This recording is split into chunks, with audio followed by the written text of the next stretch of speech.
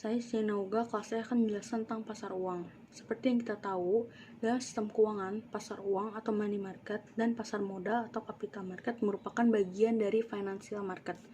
Dan pasar uang itu merupakan kelompok pasar di mana instrumen kredit jangka pendek yang umumnya berkualitas tinggi itu diperjualbelikan. Jangka waktu instrumen pasar uang biasanya jatuh tempo dalam waktu 1 tahun atau kurang. Dan pasar uang merupakan pasar yang menyediakan sarana pengalokasian dan pinjaman dana jangka pendek. Karena itu pasar uang merupakan pasar likuiditas primer.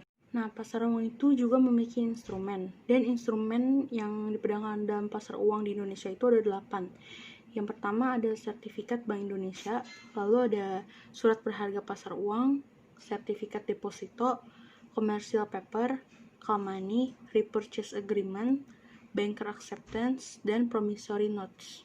Sedangkan ada juga yang diperdagangkan secara internasional itu ada 7. Yang pertama treasury bills, commercial paper, negotiable certificate of deposit, banker acceptance, bill of exchange, repurchase agreement, dan Fed funds.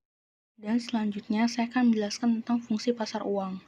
Pasar uang itu pada prinsipnya merupakan sarana alternatif bagi lembaga-lembaga keuangan dan secara tidak langsung sebagai sarana pengendali moneter.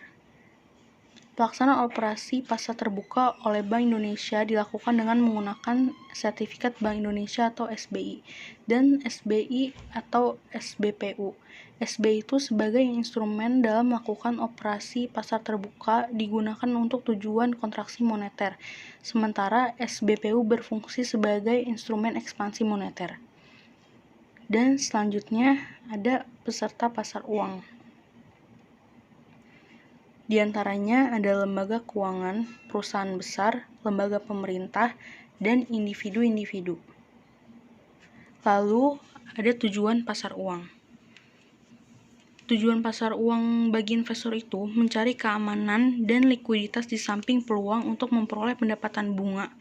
Hal tersebut karena dana yang diinvestasikan di pasar uang adalah kelebihan dana sementara dan biasanya dibutuhkan dalam waktu singkat untuk membayar pajak, gaji, dividen, dan sebagainya.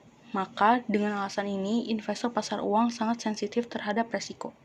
Dan jenis-jenis resiko investasi di pasar keuangan itu ada 6. Yang pertama, resiko pasar. Resiko pasar itu resiko yang berkaitan dengan turunnya harga surat berharga atau dan tingkat bunga naik, mengakibatkan investor mengalami capital loss. Yang kedua itu ada reinvestment. Reinvestment risk adalah resiko yang memaksa investor menempatkan pendapatan yang diperoleh dari bunga kredit atau surat-surat berharga ke investasi yang berpendapatan rendah akibat turunnya tingkat bunga. Yang ketiga ada resiko gagal bayar. Resiko gagal bayar ini terjadi akibat tidak mampunya peminjaman atau debitor memenuhi kewajibannya sesuai dengan yang diperjanjikan. Yang keempat adalah resiko inflasi. Pemberi pinjaman menghadapi kemungkinan naiknya harga-harga barang dan jasa-jasa yang akan menurunkan daya beli atas pendapatan yang diterimanya. Oleh karena itu, resiko inflasi sering juga disebut dengan resiko daya beli atau purchasing power risk. Yang kelima adalah resiko valuta. Resiko valuta ini merupakan kerugian yang terjadi akibat adanya perubahan yang tidak menguntungkan terhadap kurs mata uang asing. Yang terakhir ada resiko politik. Berkaitan dengan kemungkinan adanya perubahan ketentuan perundang-undangan yang berakibat turunnya pendapatan yang diperkirakan dari suatu investasi atau bahkan akan terjadi kerugian total dari modal yang diinvestasikan. Sekian presentasi dari saya, terima kasih.